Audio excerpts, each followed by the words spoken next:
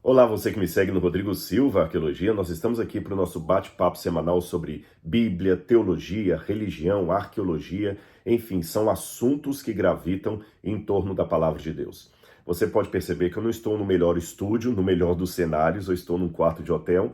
Eu e Laura tiramos essa semana de férias, merecidas férias, mas eu não poderia deixar o meu compromisso semanal com vocês aqui de lado. Por isso que eu estou fazendo esse vídeo aqui do hotel mesmo, e eu espero que o conteúdo dele prenda você e acabe excusando qualquer ambiente de estúdio que não é o ideal, principalmente em termos de voz, de microfone, de luz, iluminação. Então eu queria pedir a gentileza de vocês se atentarem ao conteúdo mais do que ao formato dele, tá bem?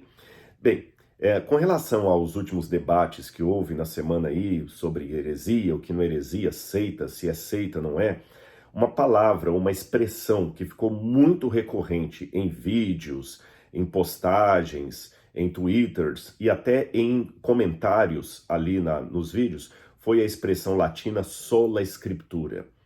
E eu falei, será que todas as pessoas sabem plenamente o que significa sola scriptura? Ou apenas uma palavra que vai sendo repetida assim a esmo, porque escutou, achou bonito e entende que sola scriptura é somente a Bíblia. Então, eu sou sola escritura, e não está errado falar isso. Mas você conhece as implicações desse termo, dessa expressão, porque não é um termo, são duas palavras? Você conhece a origem da expressão sola escritura, de onde ela veio, como aplicá-la, quais são as limitações dela, se há que existem limitações? Como é que a gente pode identificar uma heresia à base do princípio de sola escritura? Há distorções do conceito? Então eu quero aqui apresentar para vocês uma aula sobre o sola escritura, de onde ela surgiu, o que ela significa, como é aplicada nas diferentes igrejas. Então vamos lá. Em primeiro lugar, muitos princípios dos reformadores, porque o sola escritura começa ali com os reformadores, não a expressão exatamente, porque ela vai ser um pilar da reforma muito tempo depois de Lutero, mas já com Lutero, em 1517, quando em Wittenberg ele prega as 95 teses contra a teologia católica do seu tempo, Lutero já colocou o embrião do sola escritura, tá certo?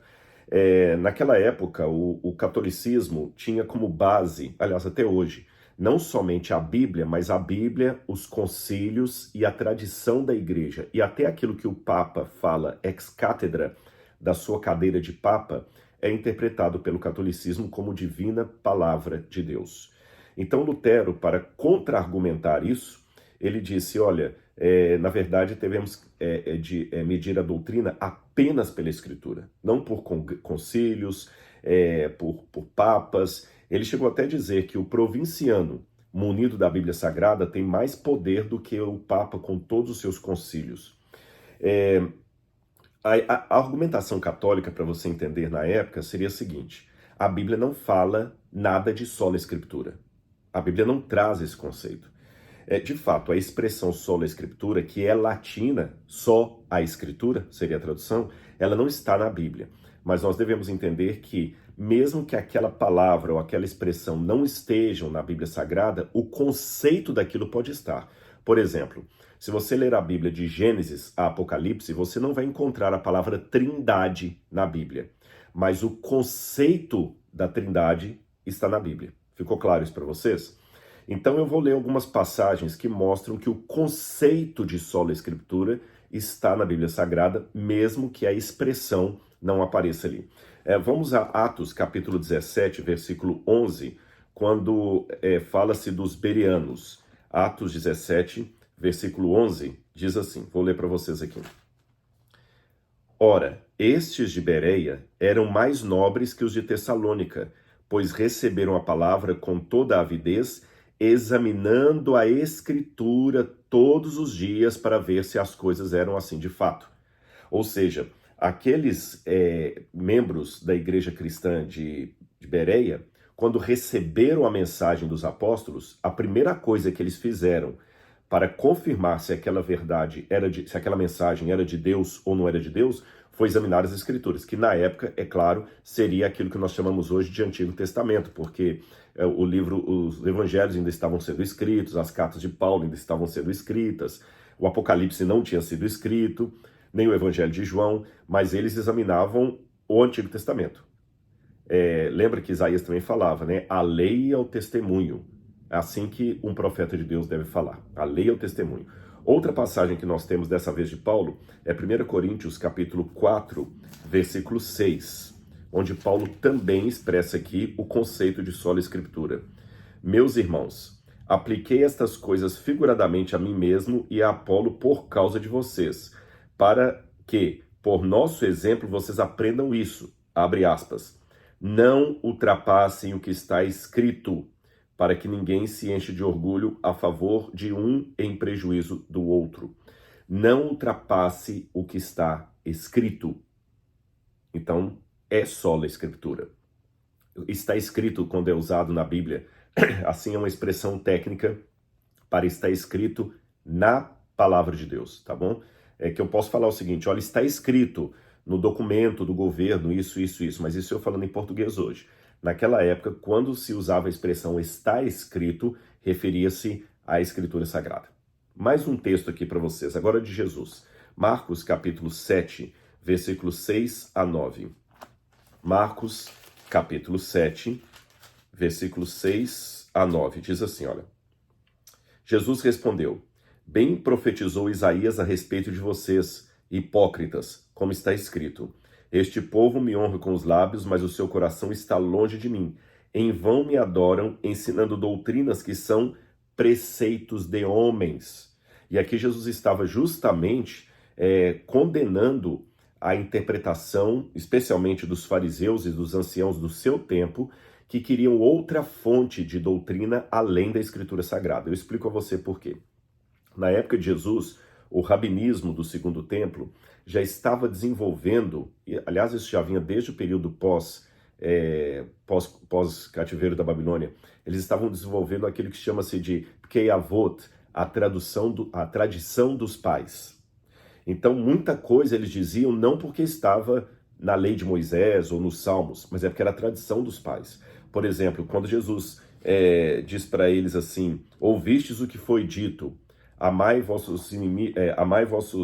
vosso próximo e odiai vossos inimigos, na Bíblia não fala em lugar nenhum para odiar o inimigo. Aquilo que Jesus está expressando é a tradição. Tanto é que se você olhar em Mateus capítulo 5, quando Jesus fala da palavra de Deus, Jesus fala está escrito. Tá certo? Por exemplo, em Mateus 4, quando Jesus vai combater as falácias do diabo, ele diz assim, também está escrito. Mas quando Jesus vai falar da tradição judaica, ele diz assim, ouvistes o que foi dito aos antigos. Não está escrito. Então, olha bem, Jesus não falou assim, ouvistes o que está escrito, ouvistes o que foi dito. Porque eles estavam participando da tradição dos pais. Mesmo que eles pegassem uma parte da Bíblia, eles ampliavam essa parte com a tradição dos pais. Por exemplo, aqui em Mateus capítulo 5, versículo 21. Vocês ouviram o que foi dito aos antigos, não mate. Aqui é Bíblia, tá certo? E ainda, quem matar está sujeito ao julgamento. Opa, aqui já teve o acréscimo da tradição dos pais. Tem outra que ele fala aqui também com relação ao ódio, quer ver? Olha aqui, olha. Amai o inimigo e odeie o seu inimigo, tem essa expressão aqui também que Jesus fala bem claro.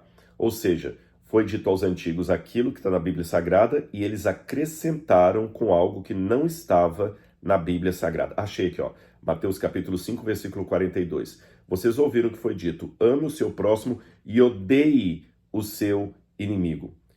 Olha, ame o seu próximo e odeie o seu inimigo. Quando a gente vai a Levítico capítulo 19, verso 18, a gente encontra algo diferente. Levítico 19, verso 18. Levítico 19, verso 18. Olha aqui o que diz na Bíblia. Não procurem vingança, nem guarde ira contra os filhos do seu povo, mas ame o seu próximo como você ama a si mesmo. Eu sou o Senhor. Você percebeu? Aqui não diz ame o seu próximo e odeie o seu inimigo. A Bíblia só fala ame ao seu próximo como a si mesmo e não procure vingança. Mas quando Jesus cita isso no Novo Testamento, ele diz assim, vocês ouviram o que foi dito, ame o seu próximo e odeie seu inimigo. A Bíblia não fala odeie seu inimigo. Então aqui Jesus estava mostrando como a tradição dos judeus pegava uma passagem bíblica, ampliava algo que não estava ali, e aquilo servia de fonte doutrinária para o povo judeu da sua época. E Jesus condenou isso. Jesus falou, olha, fiquem apenas com o que a Bíblia fala.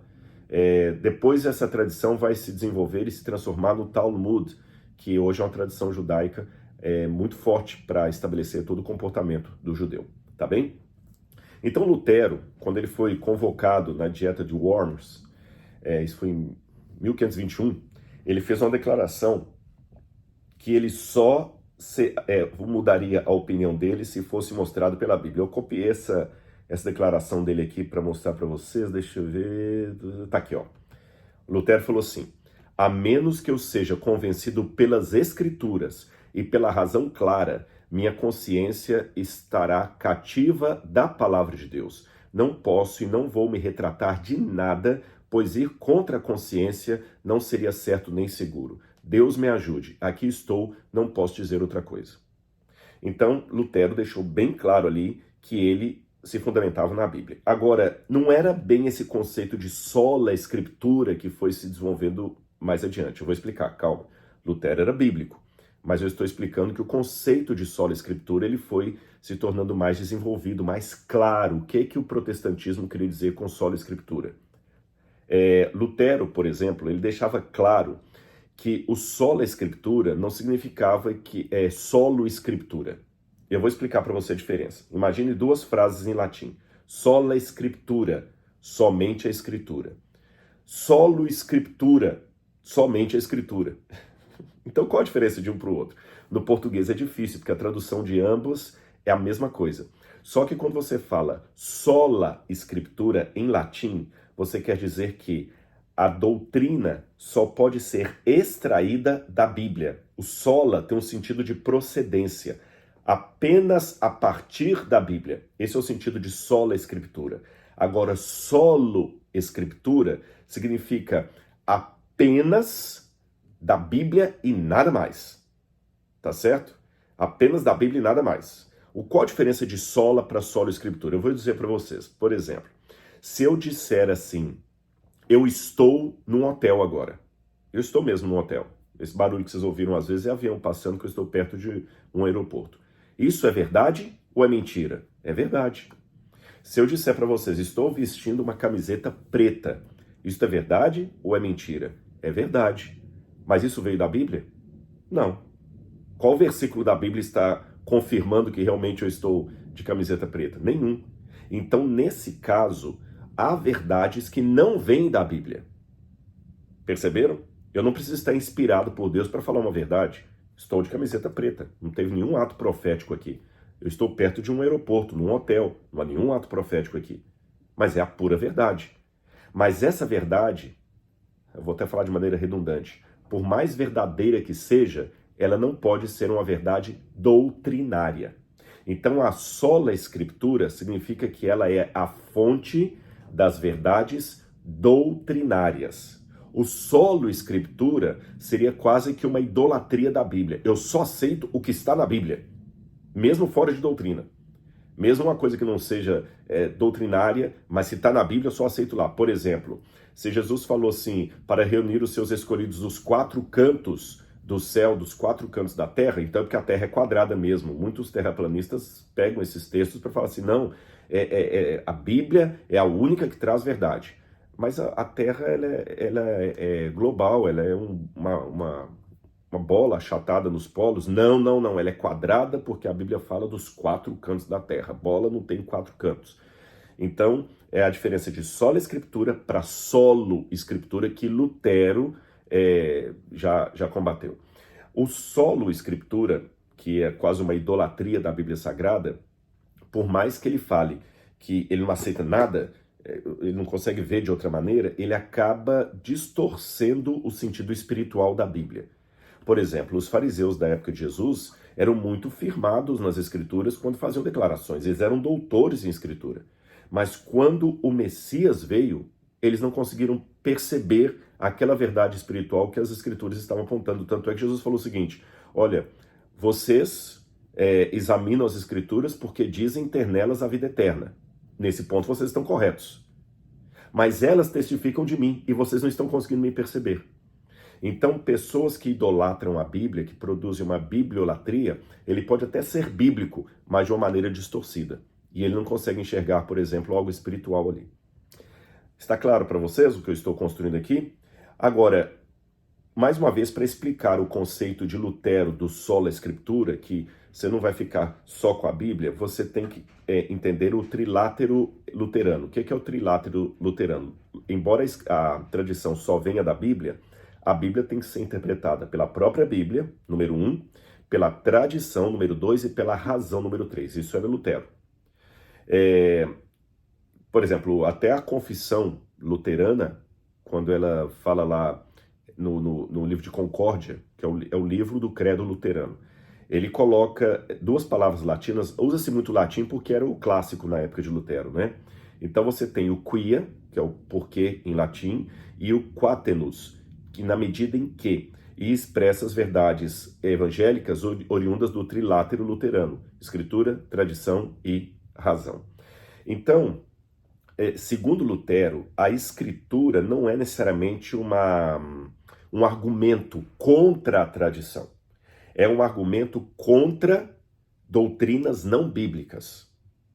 Tá certo? Então, somente isso. Por exemplo, Lutero citava, às vezes, para embasar o seu pensamento, os pais da igreja. São aqueles escritores pós-bíblicos ali, como Tertuliano, como Irineu de Lyon, Policarpo e outros mais que eu poderia citar aqui. Lutero os cita. Lutero fala da tradição também. Então, a questão do sola escritura aqui era nada que fugisse doutrinariamente de uma base escriturística. A metodista, a teologia metodista wesleyana já vai falar de um quadrilátero, porque eles falam da escritura, como Lutero, da tradição, da razão e da experiência espiritual. Então essas coisas aí devem fornecer ferramentas para eu poder entender a Bíblia. Sabe por quê? Aqui vem o primeiro problema do sola escritura. Então já ficou claro para vocês nesse preâmbulo que o sola escritura foi uma reação da Reforma Protestante no século XVI contra ensinos católicos que se baseavam em concílios, declarações papais, sínodos. Sínodo é diferente de concílio. O concílio é mais geral, é mais ecumênico, como eles falam, não no sentido de várias religiões, mas que pega várias áreas, e o sínodo é mais localizado.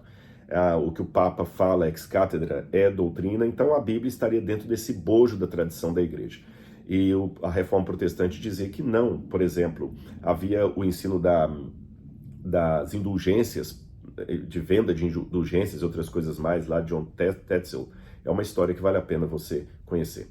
Mas aí vem o primeiro problema teológico. Quando eu falo problema teológico, são perguntas que o teólogo vai fazendo à medida que algo é sistematizado. Todos os teólogos fazem perguntas. Então a primeira pergunta: o sola escritura é somente a Bíblia, literalmente? Se é só a Bíblia, então eu vou jogar fora todos os comentários bíblicos?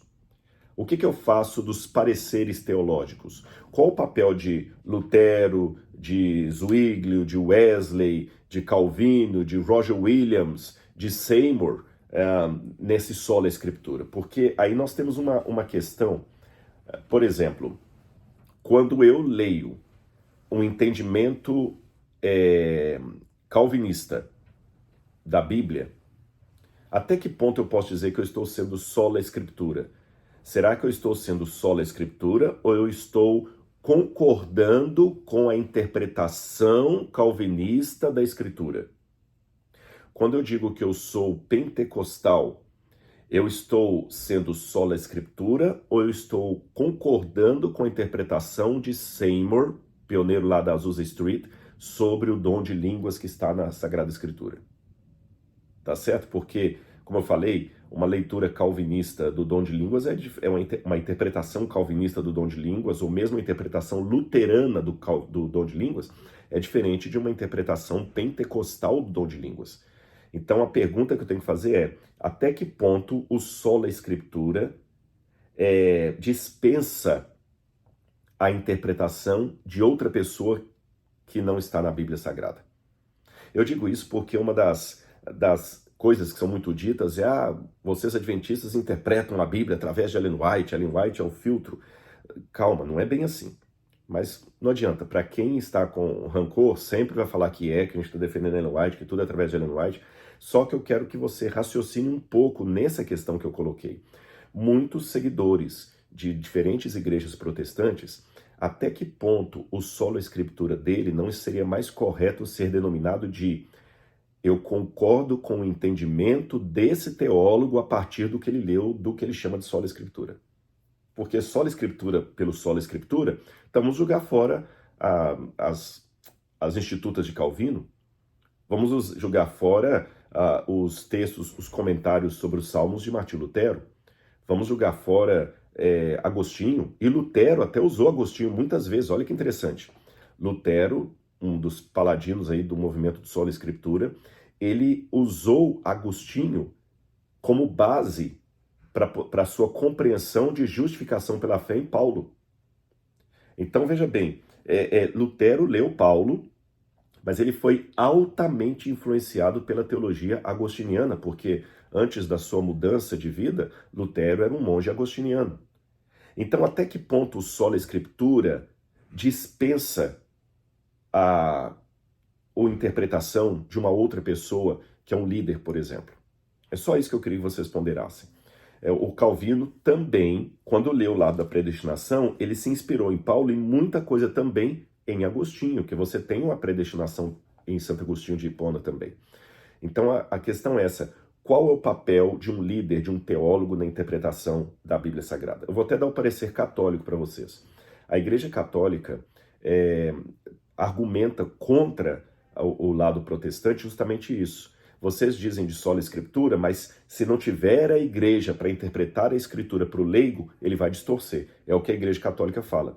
E quando os protestantes dizem não precisamos da igreja para interpretar, eles falam não, então por que vocês falam de teologia luterana, teologia calvinista, teologia wesleyana? É porque vocês precisaram de um teólogo dessas igrejas para interpretar e dizer para vocês o que Paulo estava dizendo. Aí vocês concordam com a interpretação daquele teólogo e batem no peito falando assim: nós somos sola escritura. Quem discordar disso aqui não é sola escritura. E o outro teólogo que leu diferente? Agora é lógico que isso aqui dito sem critério, isso que eu acabei de falar, pode ser levado a uma distorção também que qualquer coisa vale. Não, Pedro deixou bem claro que no fim dos tempos viriam falsos mestres com heresias diabólicas e que a gente deveria ficar atento contra isso. Jesus falou contra os falsos mestres. Então existe sim uma salvaguarda que devemos ter do que significa a Bíblia Sagrada e a doutrina bíblica. Mas disso eu vou falar mais à frente, tá bem? Outra questão que a gente tem que colocar aqui quando estamos trabalhando com sola escritura é tentar deixar bem claro o que são usos e costumes de uma igreja. Porque o uso e costume é necessariamente escriturístico ou, como o próprio nome diz, é um uso e costume. Então, vou dar exemplo para vocês. A igreja Deus é Amor. Eu não sei como está hoje, mas durante um tempo, no manual da igreja Deus é Amor, os homens não podiam usar um paletó que tivesse aquele risco, aquela abertura atrás, sabe? E havia a recomendação ali: se você comprar um paletó, você tem que costurar aquilo ali. E o homem só podia usar calça social, não podia usar jeans. Não só a Igreja Deus é Amor, outras igrejas pentecostais também eram usos e costumes. Vamos pegar, por exemplo, e não estou aqui querendo que esses exemplos se tornem o tema do vídeo. Exemplos são exemplos, tá bem? Se você transformar o exemplo num tema, você perdeu a linha do raciocínio. O corte do cabelo. Há algumas igrejas pentecostais, Assembleia de Deus, Deus é Amor, Congregação Cristã, que ainda entendem que biblicamente a mulher não deve cortar cabelo. Outras igrejas pentecostais já entendem que isso é um uso e costume, já não tem mais problema a mulher cortar o cabelo. A questão também do uso de paletó e gravata no púlpito. Algumas igrejas usam, outras não. Até que ponto isso é uma doutrina sola escritura ou é um uso e costume? E eu vejo que às vezes na mente dos irmãos está tudo num pacote só, como se o uso e costume fosse uma doutrina. Então, se o uso e costume muda de acordo com o tempo, é porque apostatou da doutrina. Será?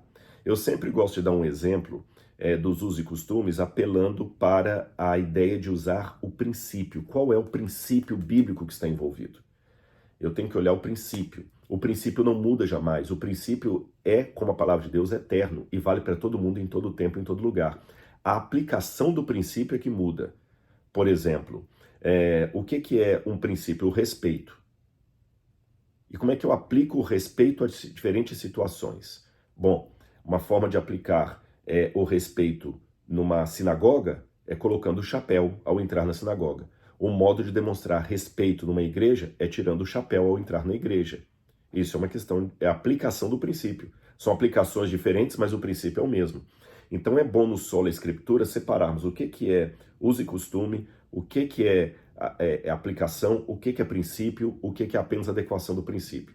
Porque também, se eu não encontrar os princípios do Sola Escritura, eu vou ter um problema, sabe por quê? Mostra para mim na Bíblia onde é proibido fumar maconha. Mostra para mim na Bíblia onde é proibido usar drogas. Mostra para mim na Bíblia onde é proibido masturbar-se. Masturbação. Não tá. Mostra para mim na Bíblia onde é que é obrigado a pregar de paletó e gravata. Não está. Agora, por causa disso, eu vou defender o uso de maconha, vou defender o uso de drogas, de material ilícito, de drogas ilícitas? Não.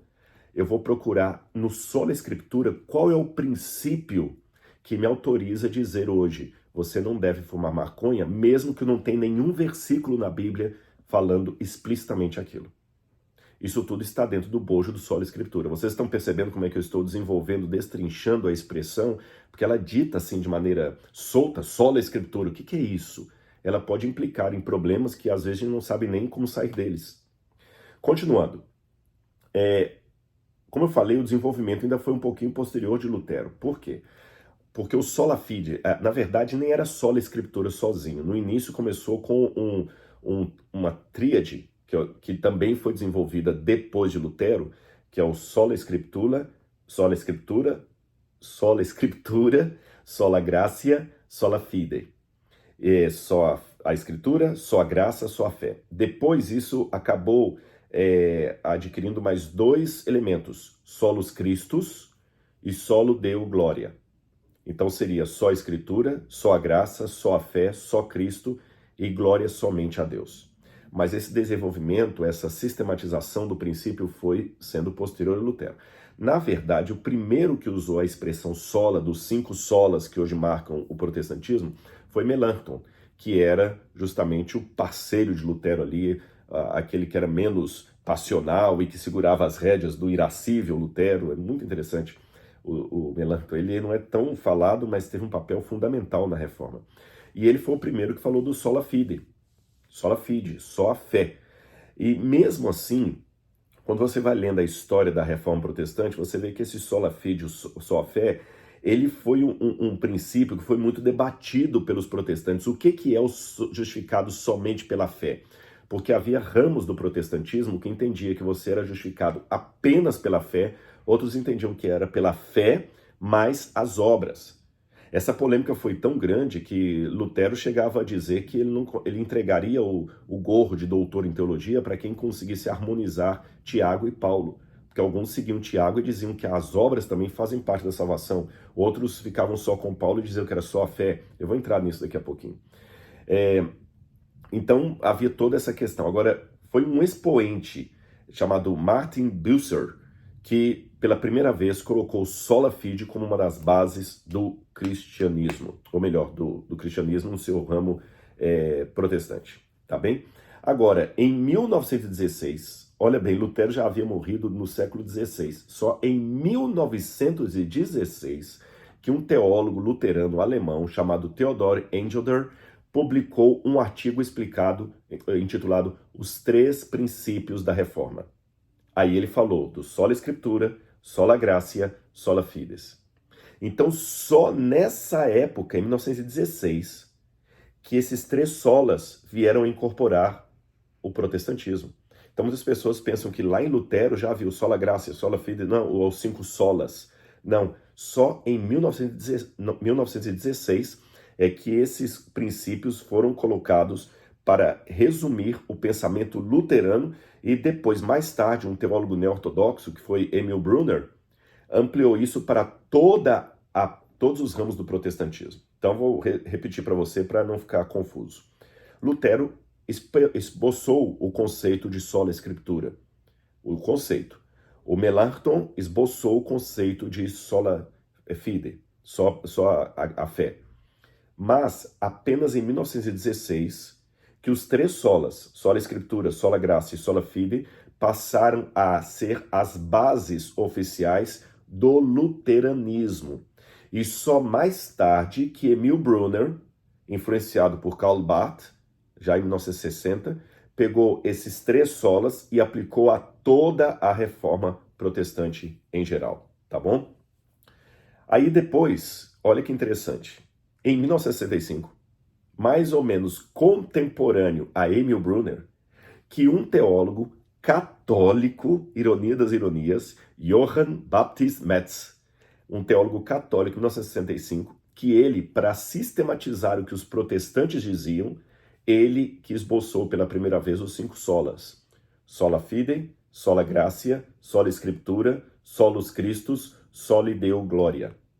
Esses 5 solas que hoje os protestantes falam, esse aqui é a base, é o pilar do protestantismo, quem sistematizou os 5 solas e aplicou a teologia protestante foi um teólogo católico, Metz, que falou assim, olha, eu vou sistematizar o que os protestantes querem, então agradeçam ao católico pelos 5 solas. Eu estou dizendo isso porque muitas pessoas, por apaixonarem demais pela ortodoxia e gostarem de bater no peito, sola escritura e chamar todo mundo de seita, ele esquece que muita coisa que ele está batendo no peito veio de um teólogo católico, né? Agora, o sola escritura, hoje, já está sendo questionado por alguns teólogos também, por causa das implicações que eu já apresentei no início. Então, sola escritura significa que eu posso abdicar dos comentários bíblicos. Até que ponto eu estou sendo sola escritura se eu estou interpretando a Bíblia com os olhos de Wesley? Até que ponto eu estou sendo sola escritura se eu estou interpretando a Bíblia com os olhos do teólogo fulano de tal? Até que ponto eu estou sendo sola escritura quando na prática eu incentivo solo escritura, que eu já coloquei a diferença de um para o outro para vocês. Então, alguns teólogos estão chamando a atenção para outros 2 solas que são muito importantes dentro da teologia protestante.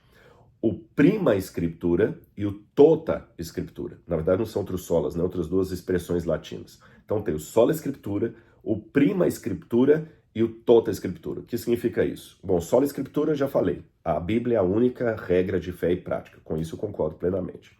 O prima escritura seria o seguinte: a partir do momento que há verdades que não estão na Bíblia, como eu falei assim, estou usando camiseta preta, se essas verdades não estão na Bíblia, eu posso aceitá-las como verdades. Porém, se houver qualquer divergência, a verdade primária tem que ser a bíblica.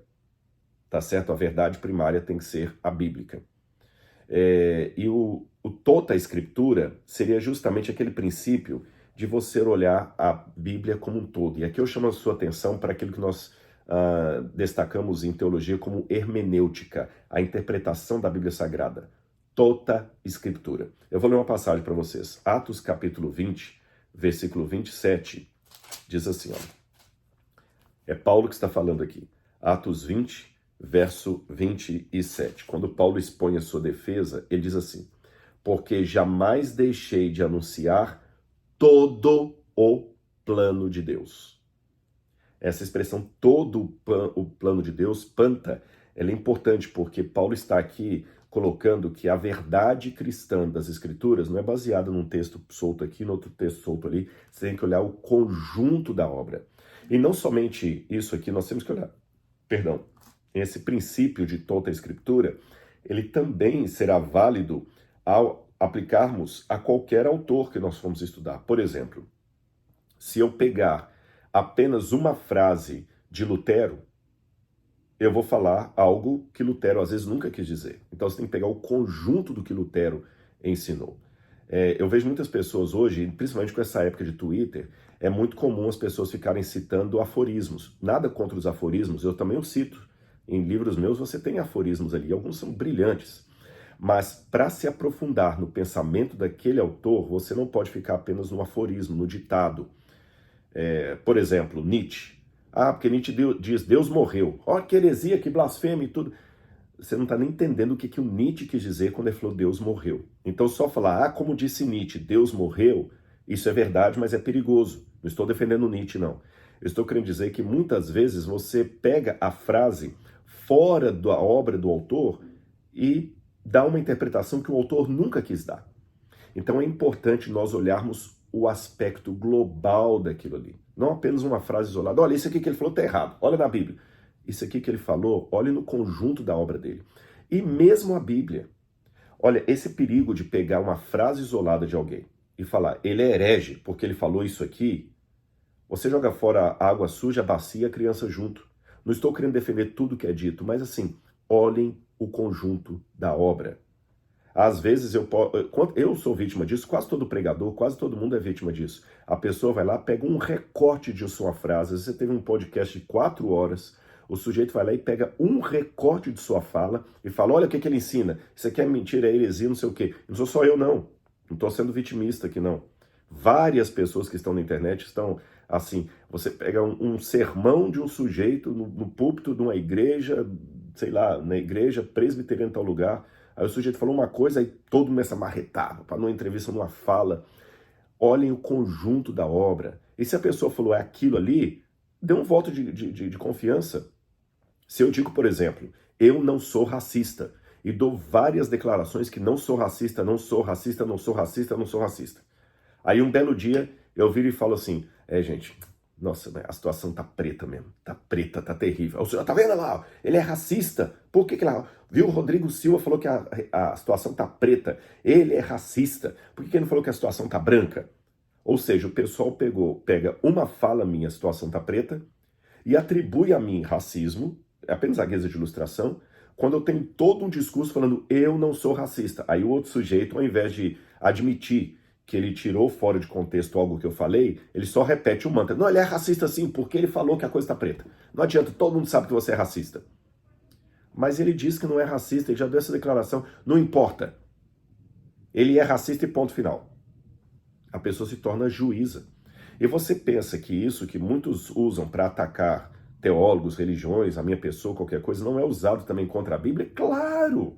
Meus queridos irmãos, eu navego numa sociedade secularizada, eu converso com ateus, agnósticos, alguns amigáveis, outros agressivos, e eles afirmam com todas as letras que a Bíblia é misógina, que a Bíblia é racista, que a Bíblia é xenofóbica, que a Bíblia é homofóbica. E por mais que você mostre que a Bíblia é misógina, por mais que você fale, gente, a Bíblia não é misógina, eu já fiz vídeos inteiros aqui mostrando que Deus valoriza a mulher, mas o sujeito vai lá e pega só aquela passagem que Paulo fala assim, que as mulheres fiquem caladas na igreja. Porque o marido é o cabeça da mulher. Tá vendo? A Bíblia é misógina. Não é, meus irmãos. Eu vou explicar. Esse texto bíblico aqui quer dizer isso, isso, isso, isso, isso e isso. Não é misoginia. Na época, olha o conjunto da Bíblia. A Bíblia valorizou a mulher aqui, aqui, aqui, aqui. O sujeito ignora o todo, só pega aquela frasezinha, a Bíblia é misógina, acabou. Não tem o que falar. Não tem o que falar. A Bíblia é racista. Não, a Bíblia não é racista. A Bíblia fala que Deus amou o mundo de tal maneira. Não, mas nesse ponto aqui, Paulo falou dos servos que devem voltar para os seus senhores. A Bíblia é escravagista. Então, essa mesma atitude que eu estou aqui combatendo, a atitude de pegar a parte pelo todo, é usada também contra a Bíblia. Então, não use você contra mim aquilo que ateus usam contra a Bíblia que você tanto estima. É um exercício hermenêutico aqui. E ao avaliar a Bíblia Sagrada, não fique também pegando só pontinhos aqui e acolá para sustentar uma doutrina, porque senão, sabe o que pode acontecer? Eu vou fazer um exercício ao contrário aqui.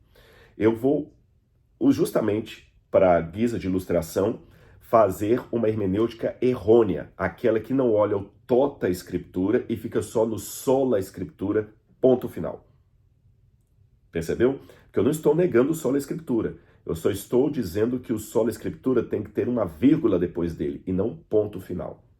É sola escritura, sola gracia, sola fide, solus Christus, solo Deus glória, prima escritura e tota escritura. Se eu não pegar todos esses itens e ficar só com sola escritura batendo no peito, eu sou sola escritura, você vai distorcer a palavra de Deus. E posso provar isso aqui? Tá bom. Vou ficar só com sola escritura e não com tota escritura, tá bem? Olha bem, a lei salva. Você vai responder para mim, não, de jeito nenhum, a lei não salva. E eu concordo com você. Eu estou de acordo com a teologia luterana de que nós somos salvos pela graça, mediante a fé. A lei não tem poder salvador. Isso aqui é a minha crença, é o meu pilar. Eu não sou salvo pelos mandamentos. Que muita gente fala assim, o sábado, você fala que o sábado salva. A lei não salva. Ficou claro? Não precisa desenhar, né? A lei não salva. Mas se eu for sola escritura, ponto final, como é que você me explica essa passagem de Mateus capítulo 19, versículo 17? Mateus capítulo 19, versículo 17. Mateus 19, verso 17. Jesus, vou ler o 16 também. Eis que alguém, aproximando-se de Jesus, lhe perguntou, mestre, que farei de bom para alcançar a vida eterna? Jesus respondeu, por que você me pergunta a respeito do que é bom? Bom só existe um, mas se você quer entrar na vida, guarde os mandamentos. E aí? Só a escritura. Então, se eu pegar esse versículo aqui e ficar só nele, eu vou dizer que eu tenho que guardar a lei para ir para o céu, porque Jesus falou, Jesus ainda, não foi nem Paulo, nem Tiago, nem João, foi Jesus que falou, se você quer entrar na vida, guarde os mandamentos, ponto. Viu como é perigoso pegar só um versículo, bater no peito e falar, eu sou só a escritura, porque aqui está escrito isso e ponto final, você está errado. Então o legalismo que está correto, porque Jesus falou, quer entrar na vida, guarda os mandamentos. Está vendo a importância do tota escritura e não apenas do sola escritura?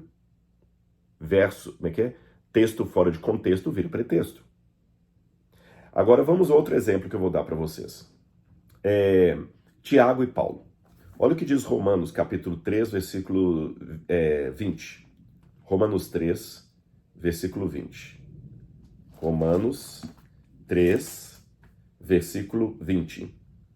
Porque ninguém será justificado diante de Deus por obras da lei, pois pela lei vem o pleno conhecimento do pecado. Ninguém é justificado diante de Deus pelas obras da lei. Mas quando eu vou a Tiago, capítulo 2, verso 24, Tiago 2, 24, aqui diz assim, olha. Assim, vocês percebem que uma pessoa é justificada pelas obras e não somente pela fé. Quem está certo? É Tiago que fala que a pessoa é justificada pelas obras e não apenas pela fé? Ou Paulo que fala que nós somos justificados apenas pela fé? Como harmonizar isso aqui? Então, eu não estou aqui criando minhocas na sua cabeça, mas eu estou dando exemplos de como a gente às vezes também distorce a Bíblia e joga na cara do outro. Isso aqui não é bíblico, ele é herege, vou mostrar que é herege, porque ele falou isso aqui. Aí eu vejo muito isso na internet. A pobre coitada da Ellen White, eu não estou como advogado de defesa dela não, mas o pessoal fala assim, vou provar que Ellen White é herética. Aí pega uma frase dela e fala assim, Ellen White falou isso aqui. Agora olha o que a Bíblia fala aqui, herege. Aí muita gente quer, obrigado por abrir meus olhos, realmente eu nunca gostei dessa mulher, ela é herege mesmo. Espera, olha o todo da obra dela. Exemplos, eu já dei em vídeo aqui, mas é interessante que ninguém olhou o vídeo que eu fiz, né? Eles só querem pegar os recortes. Eu mostrei aqui a Ellen White falando várias vezes, eu não mostrei todos os textos dela, mostrei alguns, onde ela fala, a Bíblia é a única regra de fé e prática. Aí vem o sujeito e fala, não, Ellen White se colocou em pé de igualdade com a Bíblia, os adventistas usam Ellen White. É verdade, porque eu conheci um adventista que ele só falava de Ellen White, não falava da Bíblia e tudo mais. Sendo que a própria Ellen White desenhou várias vezes que a única regra de fé e prática é a Bíblia. Lembra aquele negócio que eu falei? Não, você é racista. Eu só falei que a coisa está preta, mas e tudo que eu falei é a favor dos negros, não quero saber. Você falou que a coisa está preta, você é racista. Não quero saber. Se a Ellen White falou que ela recebeu uma visão de Deus, ela é Bíblia.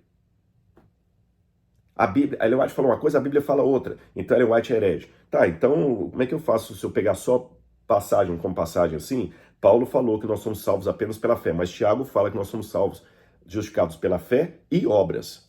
Qual dos dois é o herege aqui? Aliás, isso é tão complicado que o próprio Lutero chegou a chamar a epístola de Tiago de epístola de palha. Foi goela abaixo de Lutero que Tiago entrou no cânon das escrituras pela viés protestante, porque por Lutero estaria fora. Epístola de Palha. Herege. Então Tiago é herege. Então essa hermenêutica de pegar uma frasezinha bíblica aqui, uma frasezinha de alguém aqui, e com base nisso você já taxar alguém de ortodoxo ou herético, é muito perigoso. Vou dar mais um exemplo para vocês. A gente pode comer de tudo? O que diz Mateus, Jesus, vou começar com Jesus, Mateus capítulo 15, versículo 11. Olha o que Jesus disse aqui. Mateus 15, verso 11. Escutem e entendam, o que contamina a pessoa não é o que entra pela boca, mas o que sai da boca. Isso sim contamina a pessoa. Tá vendo aqui, olha, o que contamina a pessoa é o que sai da boca, não é o que contamina. Então eu posso comer de tudo. É bobagem esse negócio de não comer isso, não comer aquilo. Eu posso comer de tudo. Esse negócio de não poder comer certas coisas, isso é coisa do Antigo Testamento. Eu posso comer de tudo. Pode comer de tudo? Então, se eu posso comer de tudo, como é que você me explica, quando eu vou a Atos capítulo 15, versículo 29, que a decisão da igreja cristã primitiva sobre o Espírito Santo foi o seguinte.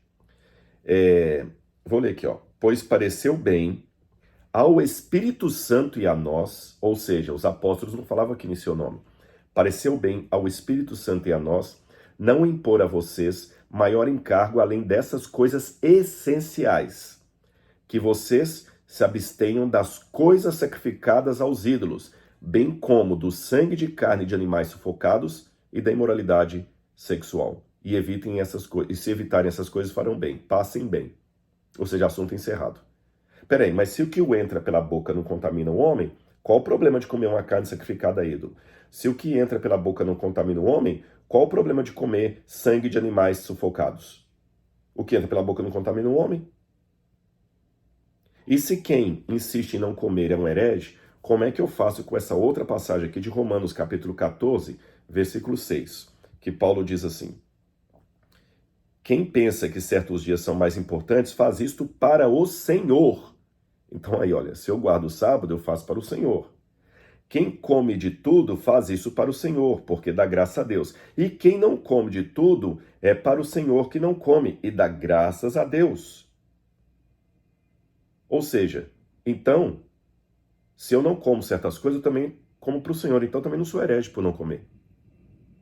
Se eu guardo o sábado, por Paulo, eu não sou herege, porque ele diz que quem guarda, faz diferença entre os dias, o faz para o Senhor.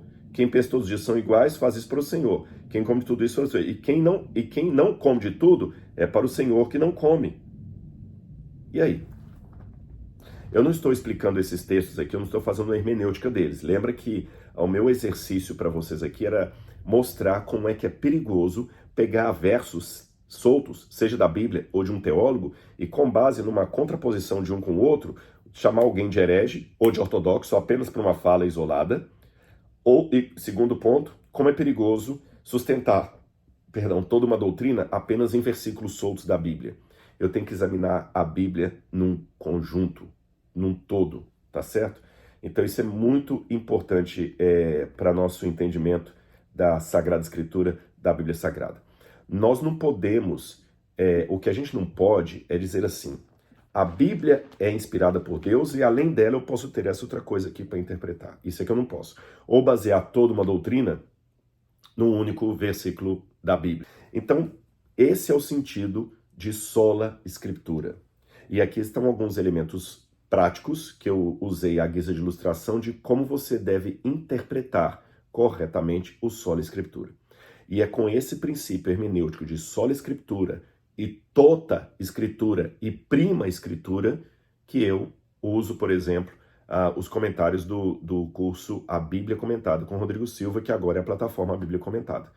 Que, aliás, você é muito bem-vindo se quiser estudar a Bíblia comigo ali. Nós temos mais de 40 mil alunos. Se alguém que está assistindo esse vídeo é aluno do Bíblia Comentada, você pode até dar o seu testemunho aí.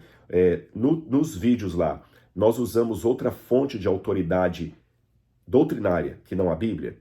Ali nós ficamos fazendo a Bíblia em pé de igualdade com outros livros, ou é sola escritura, é toda a escritura, e usar apenas o contexto para iluminar a Bíblia Sagrada e não para ser um intérprete dela, uma palavra final sobre ela, ou um concílio de uma igreja, ou a palavra de alguém, tá certo? Então, eu convido você a estudar a Bíblia comigo, acompanhar ali o curso A Bíblia Comentada e a plataforma Bíblia Comentada. E se você já é aluno, deixe o seu depoimento aqui, deixe o seu testemunho, ele vai ajudar outros a entenderem o que é passado ali. Se é realmente algo que a gente procura estudar a Bíblia ou apenas uma heresia para ludibriar as pessoas. Que Deus abençoe sua vida, viva por esse livro, aqui é a palavra de Deus. É a mensagem de vida e de esperança que nos faz sobreviver a esse mundo de tanto caos, de tanta discórdia, de tantas vozes. Um grande abraço, que a graça e a paz de Jesus estejam em seu coração. Tchau, tchau.